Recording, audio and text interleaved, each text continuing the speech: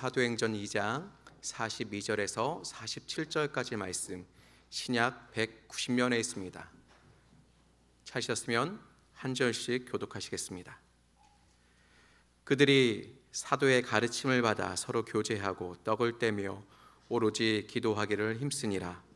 사람마다 두려워하는데 사도들로 말미암아 기사와 표적이 많이 나타나니 믿는 사람이 다 함께 있어 모든 물건을 서로 통용하고 또 재산과 소유를 팔아 각 사람의 필요를 따라 나눠주며 날마다 마음을 같이하여 성전에 모이기를 힘쓰고 집에서 떡을 떼며 기쁨과 순전한 마음으로 음식을 먹고 하나님을 찬미하며 또 온 백성에게 칭송을 받으니 주께서 구원받는 사람을 날마다 더하게 하시니라.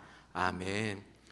오늘 교회 창립 65주년을 맞아서 우리 사랑하는 담임 목사님 나오셔서 이런 교회 되게 하소서라는 제목으로 말씀 전해주실 때 많은 은혜와 도전 받으시길 바랍니다.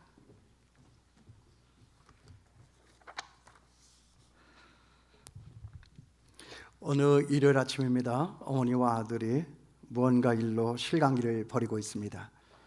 아들은 교회 가기가 싫다고 하고 어머니는 그 아들을 설득을 하고 있는 중입니다. 어머니가 아들에게 물었습니다. 아들아, 교회 가기 싫은 이유가 뭐냐? 교회 가지 않으려고 하는 이유 3가지만 한번 말해보렴. 그때 아들은 이렇게 대답을 합니다. 첫째는 피곤해서요. 둘째는 거들먹거리고 지멋대로 하려고 하는 장로님들 보기 싫어서요. 셋째는 뒤에 가서는 욕하면서 앞에서는 친절한 척하는 교인들 보기가 싫어서요. 그러자 어머니가 심각한 표정을 짓다가 말씀을 하십니다. 네가 오늘 교회를 꼭 가야 하는 이유 내가 3가지를 알려주마.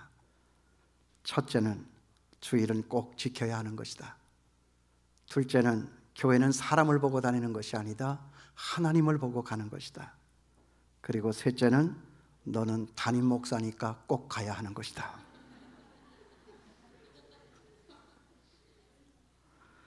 여러분 오해하지 마십시오. 이 얘기 속에 나오는 목사는 저 아닙니다. 이런 말 괜히 쓸데없이 하는 거예요. 그러나 여기에 그런 목사님들이 많이 계시다면 정말 저를 비롯해서 교회가 뭐냐 하는 것에 대해서 다시 한번 시작부터 생각을 해야 할 것이라고 생각합니다. 그런데 그러자면 또 성도님들도 마찬가지입니다. 늘 생각하는 거지만 평신도로서 교회 열심히 나오시면서 봉사하시는 분들을 보면 참 대단합니다. 늘 경이로운 눈으로 바라다보면서 고마운 마음을 갖고 있습니다. 그런데 가끔 교회에서 보면 열심히 봉사하던 분이 갑자기 좀 쉬어야 되겠다라고 하시는 분들이 있습니다. 그럴 때 저는 생각나는 것이 있습니다. 아, 이분은 지금까지 그 봉사가 노동이었구나. 그래, 전 그런 분을 보면 무조건 쉬라고 합니다. 왜요? 봉사 안 하는데 쉼이 있는 것이 아니라 우리 주님 안에서만 그 쉼은 있다 하는 이것을 가르쳐 주고 싶기 때문입니다. 여러분 생각해 보세요. 교회 봉사를 안 하면 쉬는 것입니까? 봉사를 하든지 안 하든지 간에 주님의 임재 속에 있는 것이 쉬는 것입니다. 여러분 어떻게 생각하세요? 교회 봉사가 피곤합니까? 의미가 없습니까? 짜증만 나고 부담이 되고 있습니까? 죄송합니다. 제가 은혜를 끼치지 못해서 은혜 없는 분들을 만들어 놓고 봉사만 하라고 하니까 제 책임 또한 가볍지 않다는 것을 저는 알고 있습니다. 그러나 그러기 때문에 그런 분들은 더 쉬어야 된다 하는 것이죠. 언제까지입니까? 주님의 임재가 그 마음속으로 가득 채워져 들어올 때까지. 그래서 그 마음과 영혼에 우리 주님의 은혜가 가득 채워질 때까지. 여러분 교회 봉사라고 하는 것은 은혜의 힘으로 하는 것이지 나의 노력이나 열정, 나의 재능을 가지고 하는 것은 아닙니다. 은혜 없이 하니까 힘든 거예요. 은혜 이시하면 힘든 것도 힘든 줄을 모르고 하는 것이 우리 교회 봉사인 것을 우리는 기억하고 정말 우리의 안식이라고 하는 것이 뭐냐? 일이 없어서가 아니라 봉사가 없어서가 아니라 우리가 진정으로 일을 하지만 힘들지만 어렵지만 그 주님의 임재 속으로 우리 스스로가 들어가게 될 때 거기에 진정한 우리의 안식은 있다 하는 것입니다. 또 그런가 하면 교회 문제가 생겨서 그만 봉사를 쉬어야 되겠다라고 하시는 분들을 만납니다. 그런 분들은 문제가 없을 때는 교회 나오는 것이 좋고 또 봉사하는 것도 별 문제가 없다라고 생각을 하지만 문제가 생겼을 때는 교회가 내게 아무런 도움도 주지를 못한다라고 생각하시는 분들입니다. 그런데 그런 분들 만나면 저는 이런 생각부터 난단 말이죠. 선생님 안에도 그런 문제 없었다면 어떻게 교회를 나오셨겠습니까? 우리가 다 문제가 있어서 이 문제가 우리의 힘대로 되지 않는 것을 알기 때문에 우리가 두 손 두 팔 다 들고 주님 앞으로 이렇게 나온 것이 아니겠습니까? 그런 문제들을 우리 스스로가 해결할 수 없기 때문에 우리 모두가 다 이 교회를 나왔던 것이 아닙니까? 교회는 바로 그런 사람들이 모이는 데가 교회입니다. 여러분 오해하지 마세요. 교회 왔으니까 문제가 없다? 그 문제가 문제인지를 아는 사람들이 모이는 데가 교회입니다. 세상과 우리가 다른 건 뭐냐 하면 세상 사람들은 자기네가 문제가 있다는 걸 몰라요. 죄가 있다라고 하는 것을 모릅니다. 허물진 사람이라고 하는 것을 몰라요. 그러니까 그렇게 살아가는 거예요. 그러나 우리는 그 죄가 얼마나 심각한 죄인지, 우리가 얼마나 허물진 사람들인지, 우리가 얼마나 능력이 없는 사람들인지, 내가 할 수 있는 일은 아무것도 없다라고 생각하기 때문에 우리는 두 손 두 팔을 다 들고 주님께 온 것입니다. 이게 교회입니다. 교회는 문제를 아는 사람들이 오는 데가 교회예요. 교회는 자기 스스로가 죄인이다라고 하는 이것을 아는 사람들의 모임입니다. 그러므로 예수님께서 이렇게 말씀을 하십니다. 건강한 자에게는 의사가 필요 없고 병든 자라에게야 쓸데있느니라. 나는 의인을 부르러 온 것이 아니요 죄인을 부르러 왔노라 하시니라. 우리 모두 죄인입니다. 허물진 사람들입니다. 문제가 많은 사람들입니다. 나 혼자만 문제가 있는 것이 아니라 내 옆에 있는 이 사람도 문제가 있기 때문에 문제와 문제가 만나니까 더 많이 문제가 일어나는 것인지도 모르겠습니다. 그러나 우리는 그 문제가 문제인 것을 분명히 알고 있다는 거지요. 그래서 그 문제를 해결할 수 있는 십자가, 그 주님 앞에 우리는 나왔다 하는 것입니다. 이게 교회입니다. 우리 안팎에 그런 아픔이 없었다면, 우리 안팎에 그런 허물과 죄가 없었다면, 우리 안팎에 그런 육체의 아픔과 영혼의 아픔이 없었다면 우리 이런 교회 안 나왔겠죠.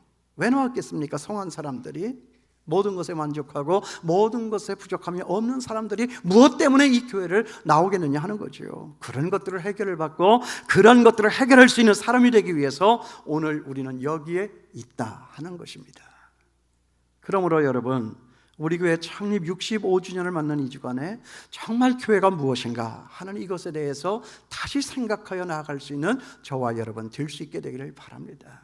교회가 무엇인지를 모르니까 교회 다니는 사람들을 두고 함부로 바깥 사람들이 이야기를 합니다.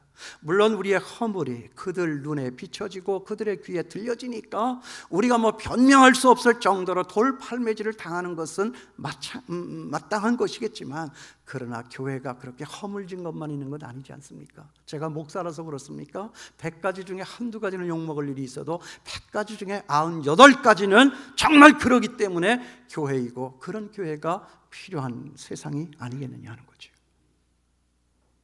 교회를 다녀도요, 교회를 모르니까 교회에 대해서 함부로 얘기를 하더라고요. 지난날의 모든 우리의 잘못된 생각과 허물은 다 던져버리고 오늘 정말 이 시간에 창립 65주년을 맞는 이 날에 교회가 정말 뭐냐? 이 교회는 과연 나와 무슨 상관이 있을까? 이 교회는 과연 나의 남은 인생과 무슨 상관이 있는 것이지? 교회는 어떠해야 하는가? 이 교회를 만드신 하나님의 뜻은 무엇인가? 이 교회를 하얀 도화지 위에 그리시고 만드시고 세우신 그 하나님의 최초의 원초적인 그 생각은 무엇일까? 그것에 대해서 다시 한번 말씀으로 확인하고 돌아갈 수 있는 저와 여러분 되었으면 좋겠습니다. 교회가 무엇입니까? 오늘 말씀에 그 답이 나와 있어요. 첫째는 말씀을 배우는 데가 교회입니다. 거기 42절 보세요. 그들이 사도의 가르침을 받아 그랬습니다. 말씀을 배우지 아니하고서는 하나님이 누군지를 몰라요. 말씀을 배우지 않고서는 내가 누구인지를 모릅니다.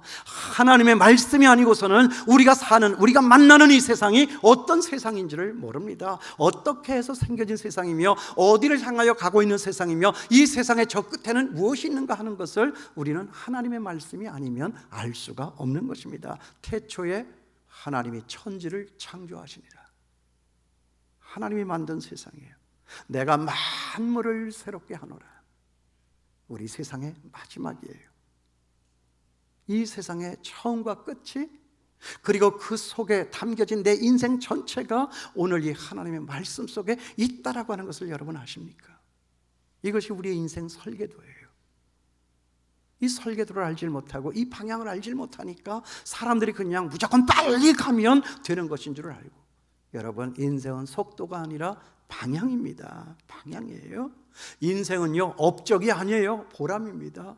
그깟 보람 없는 업적이라고 하는 것이 무슨 소용이 있겠어요? 여러분, 인생은 재미가 아니에요. 감동입니다. 사람은 무엇으로 사는가? 감동으로 사는 거예요. 헬조선이라고 외치는 이 대한민국의 젊은이들에게 어떤 사람이 이런 질문을 했어요. 너에게 지금 가장 필요한 것이 뭐냐? 이구동성으로 많은 아이들이 입을 열어서 한마디로 대답을 합니다. 감동받고 싶습니다. 감동이라는 거예요. 그런데 그 감동이 있어야 사람이 바뀌더라고요. 사람은요, 세상은요, 감동이 있을 때 바뀌는 것입니다. 그러면 그런 감동, 그런 보람, 그런 방향은 어디에서 생겨지는 것입니까? 이 땅을 창조하시고 저와 여러분을 창조하시고 이 세상의 시작과 마지막을 아시는 그 하나님의 말씀이 아니면 이것은 아니다 하는 것입니다. 사람 암만 바꿔봐야, 정권 암만 새로운 정권 들어서 봐야, 누가 대통령이 되어지든지 간에 하나님의 말씀의 조명 안에 있지 아니하면 세상 조금도 나아지지 않습니다. 역사는 발전하는가? 역사는 반복할 따름입니다. 우리가 지금 보고 있잖아요. 그러므로 말씀을 배우고 한다라고 하는 것은 우리가 살아가는 데 있어서는 능력이고 행복이고 그리고 생명입니다.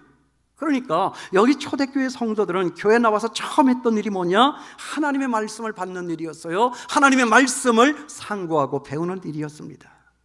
대개 우리 한국교회 성도님들의 문제는요, 말씀을 배우지를 않고 말씀이 없이 그냥 심리적인 안정과 자신들이 당한 어떤 문제를 돌파하려고 하는 영적인 체험만을 추구하려고 하는 데 있습니다. 교회를 왜 나오십니까? 하면 모두가 다 대답이 이구동성으로 마음의 안정을 얻기 위해서요. 그런데 그런 안정은 절에 가면 없을까요? 그런 안정은 점쟁이 앞에 가면 없겠습니까? 그게 아니죠. 여러분, 우리가 그렇게 하나님의 말씀을 배우나요? 정말 하나님의 말씀, 이게 중요하다는 거예요.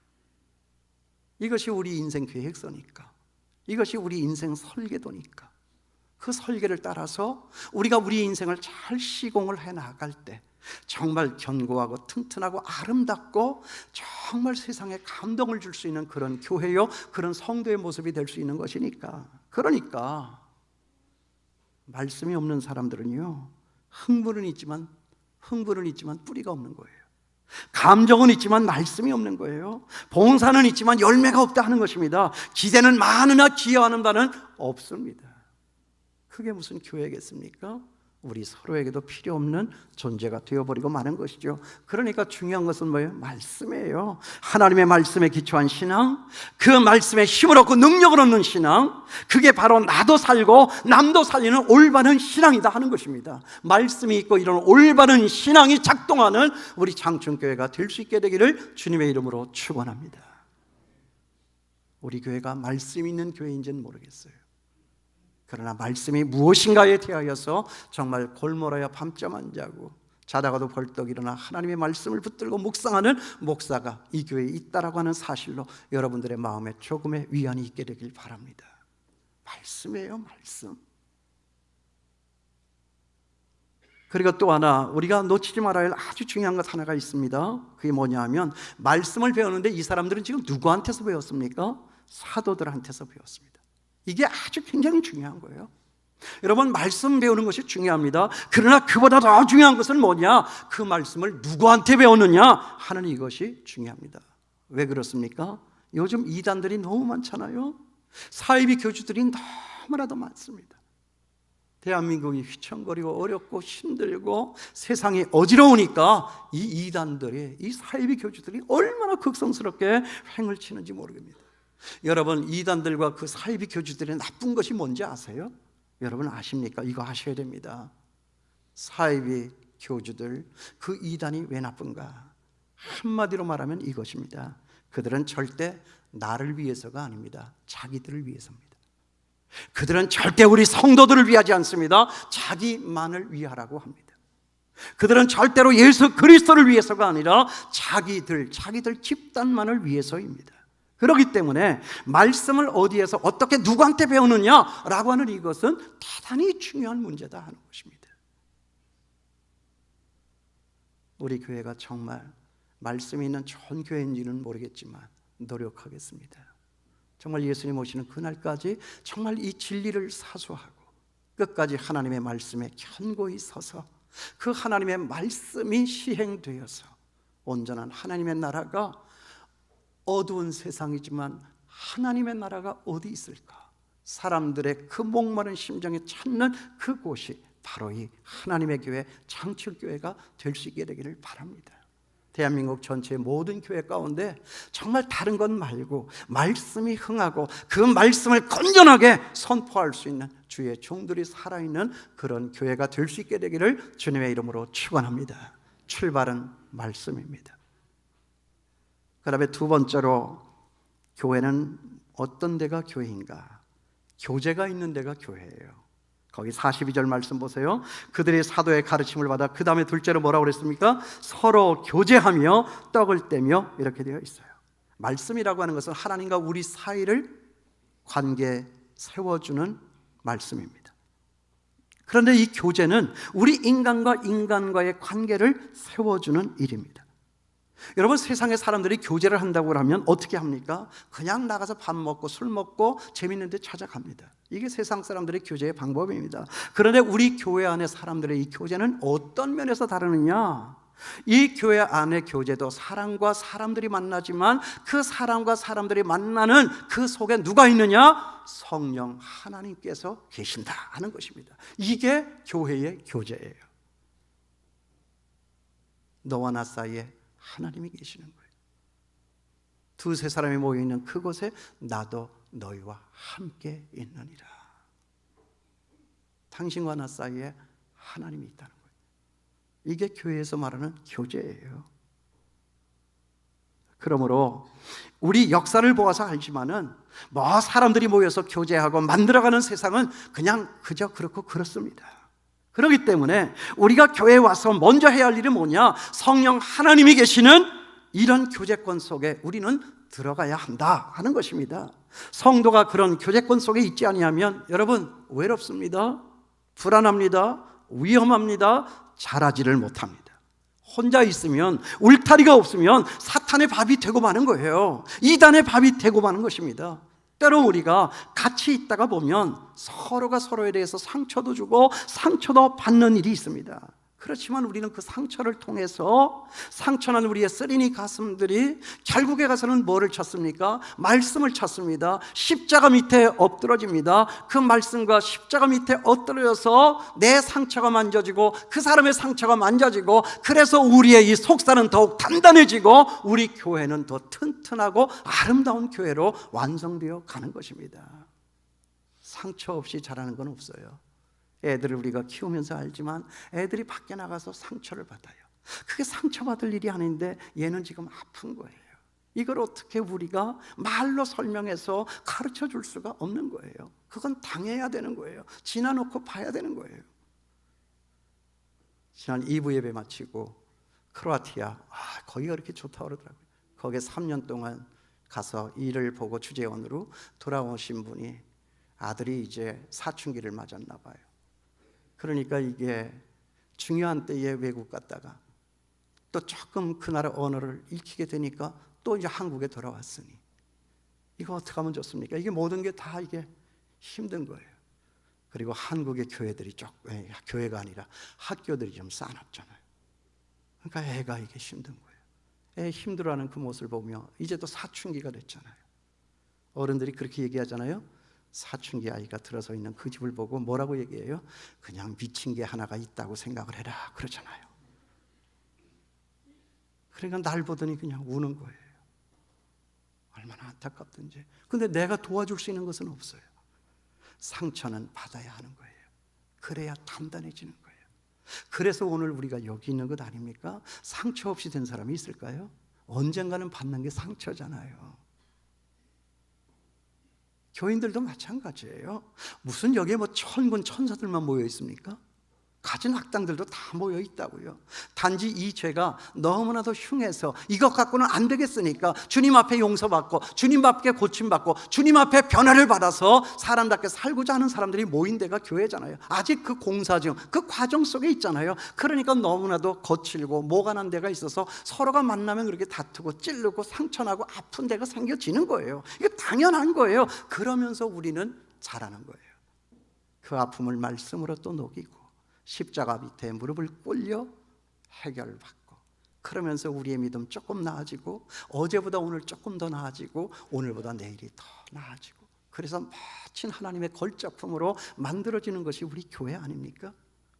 상처가 무서워서 교제권 속에 안 들어간다고요? 그건 아니잖아요. 어른들이시니까 알아들만 하니까 제가 이렇게 얘기하는 것 아닐까요? 다시 강조하지만 교회의 힘이라고 하는 것은 말씀에서 옵니다. 그러나 그 힘의 성장과 풍성한 열매는 교제를 통해서 나타나는 것입니다. 말씀은 말씀으로만 있어서는 안 되는 거예요. 그 말씀이 시행되고 실천되고 실험이 되고 하는 교제권 속에서 그 말씀이 말씀으로 드러나지게 되는 거예요. 이게 중요한 거예요. 그래서 저희 교회에서는 말씀이 있고 돌봄이 있고 양육이 있고 나눔이 있는 순모임을 강조를 하잖아요. 그 모임 속에 들어가서 베풀고 나누고 섬기고 하는 일을 배웁니다. 세상 어디 가서 그런 일을 배우겠습니까?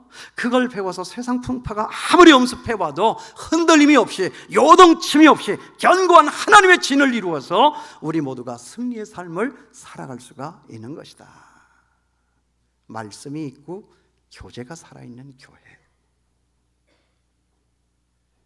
흐려졌던 우리의 시선을 다시 한번 이 하나님의 말씀으로 집중해서 정말 살아있는 하나님의 말씀이, 그리고 이 말씀을 실험해서 내가 훈련받아 단련받아 이 말씀이 이루어지는 그 이적의 현장, 그 생의 경험이 있는 이 교제권, 이 속에 내가 있는가 다시 생각할 수 있게 되길 바랍니다. 그 다음에 세 번째는 기도에 전념하는 곳이 교회입니다. 거기 42절 보세요. 그들이 사도의 가르침을 받아 서로 교제하며 떡을 떼며 오로지 기도하기를 힘쓰니라. 그들 모임의 결론은 언제나 뭐였어요? 기도였습니다. 하나님의 말씀을 받았습니다. 성령의 교제를 나눴습니다. 음식을 나눴습니다. 그리고 뭐예요? 그들은 기도에 전념하였느니라. 분명 제가 믿기에 여기 이 기도는 개인적인 기도라기보다는 중보 기도였을 것이 틀림없습니다. 환자를 위해서 기도했을 것이고 가난한 사람을 위해서 기도했을 것이고 문제를 만나서 시름시름 앓고 있는 그 사람을 위해서 기도했을 것이고 사도들의 가르침을 위해서 기도했을 것입니다. 그런데 그 기도가 아주 전심으로 오로지 기도하기를 힘쓰니라. 오로지라고 하는 말이 거기에 들어가 있어요. 전심으로 기도했다 하는 거죠. 여러분, 기도는 왜 하죠? 여러분, 기도 왜 하십니까? 새벽 기도 나오시는 분들, 매일 나오시는 분들 여기 계시는데 기도 왜 하죠? 그걸 몰라서 물어. 근데 기도는 또 왜 안 하시나요? 기도를 하시는 분이나 기도하지 않는 분이나 기도는 우리가 왜 하는 것일까? 첫째, 기도할 때 하나님이 나와 함께 하시는 것을 경험하는 거예요. 우리가 하나님이 계시고 하나님이 나와 함께 있는 것을 언제 경험합니까? 우리가 눈을 감고 고개를 숙여 하나님 앞에 아버지 할 때 벌써 하나님은 홀라당 내 안에 들어가 계시는 거예요. 이 하나님이 나와 함께 있는 것을 경험하는 거예요. 그리고 또 기도할 때 우리가 앞으로 어디로 가야 할까 하는 그 길이 보인다는 거예요. 길이라고 여러분 다 길이에요. 내 욕심이 섞이고 내 부족한 지식이 담기고 나의 이해가 담겨있는 그 길이 정말 길이냐 하는 거죠. 하나님의 말씀으로 나는 길이요 진리요 생명이니 누구든지 나로 말미암지 않고는 아버지께로 올 자가 없느니라. 성공할 자가 없느니라. 행복할 자가 없느니라. 안전할 자가 없느니라. 천국에 들어갈 자가 없느니라. 길 대신 예수 그리스도를 우리가 기도 속에서 만나야 우리 앞에 길이 보이는 거예요. 그래서 남 목사가 매일 아침에 새벽에 일어나서 하나님 앞에 첫 번째 입을 열어 기도하는 게 뭐예요? 하나님 감사합니다.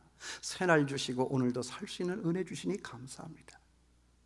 오늘 하루 동안도 먹든지 마시든지 무엇을 하든지 하나님의 영광을 위하여 살 수 있게 하여 주시옵소서. 내가 만나는 사람들 가운데 또 그리고 내가 만나는 사건들 속에 하나님이 계셔서 정말 하나님의 뜻을 이룰 수 있는 우리가 되게 하여 주시고 하나님의 뜻을 이룰 수 있는 나의 사건도 되게 하여 주시옵소서. 하나님의 뜻을 묻고 하나님의 가르침을 따라 하루 해의 시작을 알린다는 거죠. 또 기도할 때 하나님의 능력이 내 능력이 되는 거예요. 이 기도 없이 하나님의 능력이 담기지 않아서 내가 아무리 골몰하고 내가 아무리 계획을 잘 세우고 내가 아무리 열심히 노력을 한다 할지라도 그것은 사람이 하는 일이지 하나님이 하는 일은 아닌 거예요. 내가 기도하면 하나님께서 일하시고 내가 일하면 그냥 내가 일하는 거예요. I work.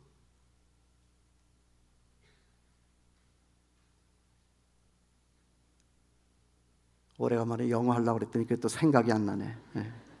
그렇다고 쳐요 그냥.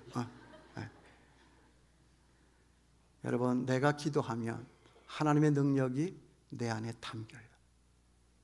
그렇죠? 내가 나로 나를 증명하려고 하지 마세요. 교회가 세상과 다른 것은 세상 사람들은 자기가 자기로서 증명해내려고 그래. 근데 교회 다니는 사람은 내가 나로 나를 증명하는 것이 아니라 내 속에 계시는 하나님으로 나를 증명해내는 것이에요. 이게 교회 다니는 사람이에요. 그러므로 기도할 때 하나님의 능력이 내 안에. 그래서 그냥 세상과 나는 간 것 없고 하늘에 하나님만 보니까 정말 세상에 눈에 베이는 것이 없어요. 담대해지는 거예요. 꿀릴 것이 없는 거예요. 뭘 그렇게 초조하세요? 그래서 기도하는 거예요. 기도할 수 있는 우리 교회가 될 수 있게 되기를 바랍니다. 그 다음에 네 번째로는 기사와 표적이 일어나는 데가 교회입니다. 거기 43절 보세요. 사람마다 두려워하는데 사도들로 말미암아 기사와 표적이 많이 나타나니 그랬습니다. 여기 보니까 사람들은 두려워한다고 그랬습니다. 그러므로 저에게는 예나 지금이나 이런 소원이 있는 거예요. 언제는 늘 우리 교회를 생각하고 나 혼자서 일어나서 힘을 얻으며 읊조리는 생각이 뭐냐? 우리 교회를 보고 세상이 떨기를 바란다. 우리 장충교회라고 하는 말만 들어도 모든 죄악의 사슬이 끊어지며 모든 사탄이 울며 통곡하며 도망가는 역사가 일어나기를 바란다. 이게 교회예요. 여러분, 세상이 우리를 보고 두려워합니까? 우리가 세상을 보고 두려워합니까? 세상이 우리를 보고 두려워해야지 왜 우리가 세상을 보고 두려워해야 하느냐 하는 거예요.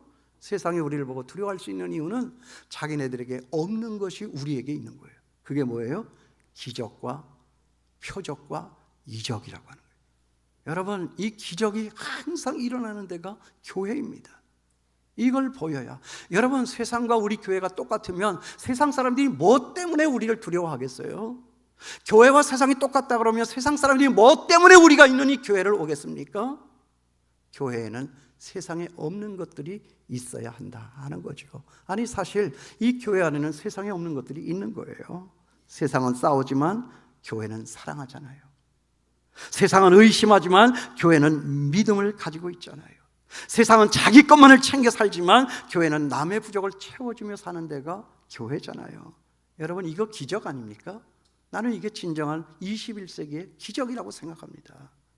정말 우리 교회 안에 안진뱅이가 일어나고 눈먼 자가 눈을 뜨고 마음이 약한 자들이 강해지고 귀신 들린 자들이 귀신 떠나가는 일이 있다면 여러분 얼마나 신나겠습니까? 오늘 여기에 그런 사람이 있다면 일어설 수 있게 되기를 바랍니다. 보세요. 이혼을 생각하던 사람들이 이혼을 포기하고 미워하고 증오했던 사람들이 다시 일어나 화해의 자리로 나아가고 지리와 절망에 빠졌던 사람들이 다시 일어나 세상을 향하여 힘있게 달려나갈 수 있는 일이 있다면 여러분, 이게 얼마나 신나는 일이겠어요? 이게 기적이잖아요.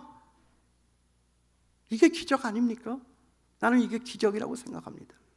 예수님 당시에 예수님이 죽었던 자를 살려 일으켰잖아요. 그 죽었던 자가 살아나는 것도 기적이겠지만 여러분, 그 기적 잘 아셔야 돼요. 그때 살아난 사람 지금 있나요? 또 죽었잖아요. 여러분, 죽었던 자가 살아났다라고 하는 이 상징을 봐야 돼요. 이걸 갖다 우리는 표적이라고 하는 거예요. 너의 생명이 누구에게 있느냐? 너의 삶의 길이 누구에게 있느냐? 나에게 있는 것 아니냐? 너희는 죽었다고 끝나고 절망하고 낙심하고 엎드러져 있지만, 엎드러져 있는 막대기와 같은 너의 인생을 다시 잡아 일으키는 것이 바로 하나님 내가 아니냐? 여러분, 이거 보이는 거잖아요. 이런 기적과 표적을 세상 사람들 앞에 보이는 거예요. 이게 교회입니다. 안진병이가 일어나는 것도 기적이고 귀신이 떠나가는 것도 기적이지만, 깨졌던 가정이 다시 하나가 되고 깨졌던 관계가 다시 회복이 되고 절망에 빠졌던 사람들이 다시 한번 힘을 얻어서 달려나가는 거, 여러분, 이게 진정 기적이 아닐까요? 나는 이게 기적이라고 생각합니다. 그러므로 저는 기도합니다. 소원합니다. 내가 다니고 여러분이 다니는 이 장충교회에 그런 기적과 표적과 이적이 많이 일어나는 그런 역사가 있기를 주님의 이름으로 축원합니다. 이것 없으면 교회가 아닌 것이죠. 이것 없으면 기적이 아닌 거예요. 사람들은 사람을 죽이기 위해서 핵무기 만들지만 우리는 사람들을 살리기 위해서 핵무기를 만드는 거예요. 비핵화가 문제의 끝은 아니에요. 우리는 사랑의 원자탄을 만드는 거예요.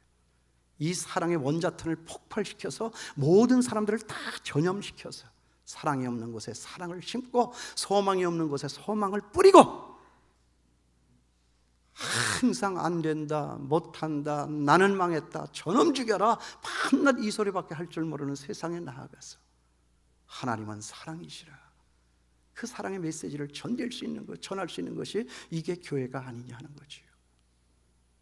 이게 교회입니다. 이거 기적 아닙니까? 그 다음에 다섯 번째로 서로의 필요를 먼저 보는 데가 교회네요. 거기 44절과 45절 보세요.